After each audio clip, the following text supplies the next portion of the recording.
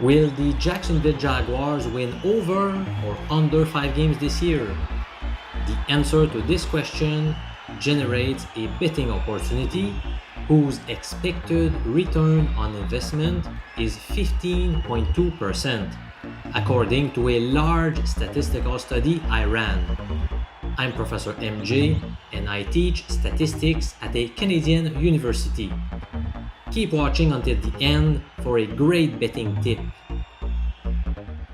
This franchise has been struggling quite a bit since 2008, except for the 2017 season where they rode a stout defense all the way to the AFC Championship game.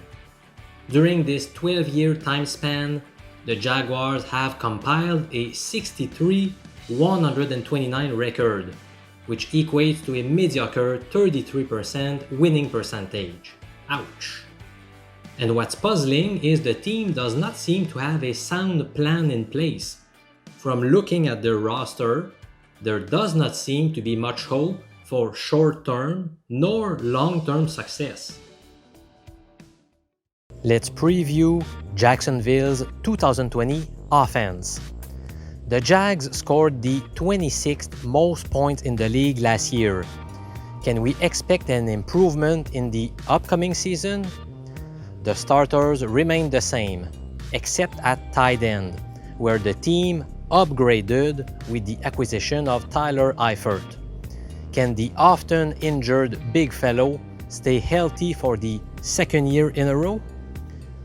The team added depth with running back Chris Thompson and rookie wide receiver Laviska Shenault. Both could provide a boost to a suspect offense. The whole receiving corps is pretty young and likely to improve.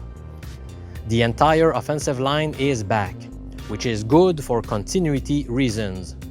Some studies have shown that continuity is a key factor to an offensive line's success. Left tackle Cam Robinson and right guard A.J. Cann are a source of concern though. An offense often goes as far as his quarterback takes them. In Jacksonville, that's a big question mark. Will Gardner Minshew grow in his second year? Well, as a former 6th-round pick, that's not a gimme. The depth at the position is worrisome as well, after Nick Foles left for Chicago, leaving Joshua Dobbs and Jake Luton as the lone alternatives unless GM Dave Caldwell signs a veteran before the season kicks off.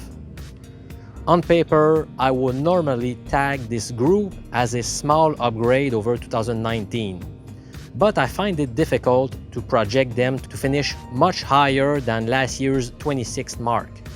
If Minshew goes down, things will get even uglier.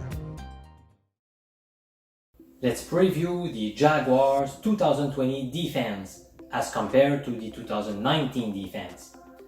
The linebacking corps received an upgrade after signing Joe Schobert. He will become the team's middle linebacker right away. The interior of the line was slightly improved by adding Al Wood and Rodney Gunter, while losing Marcel Darius, who only played 6 games last year anyway.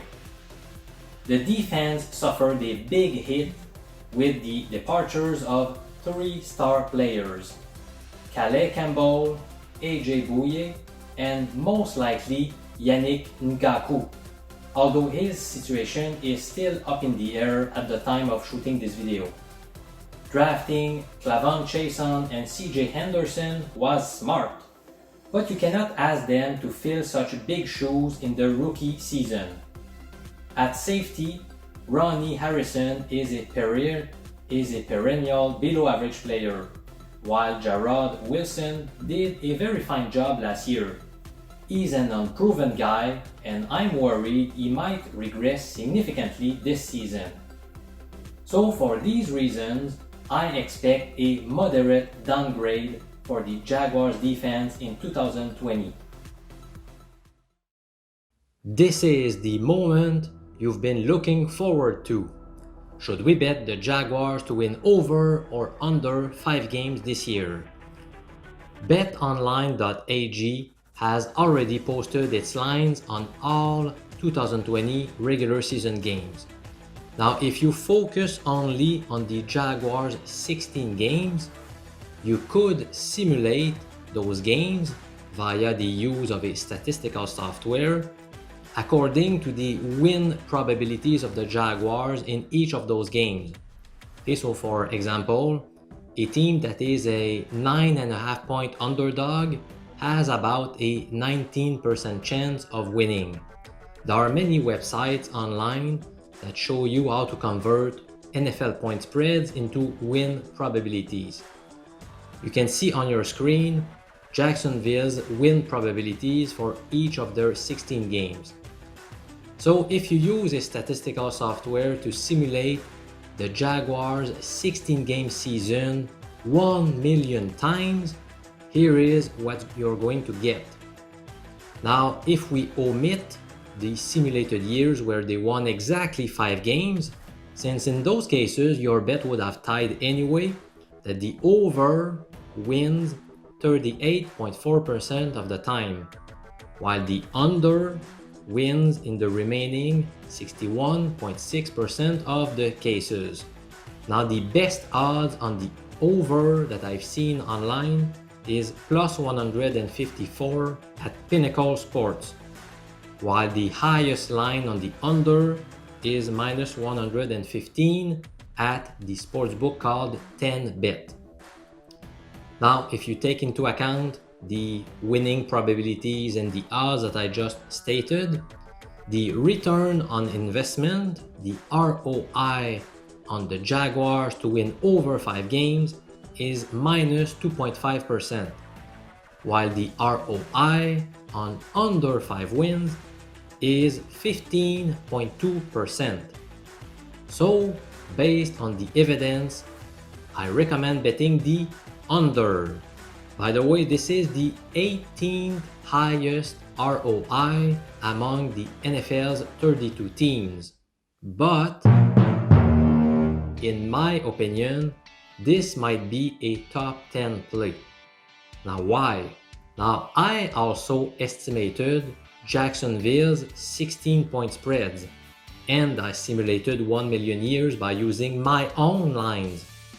And in this case, instead of the under winning 61.6%, my own lines suggest the under wins 65% of the cases. So I'm even more in favor of the under bet than bet online.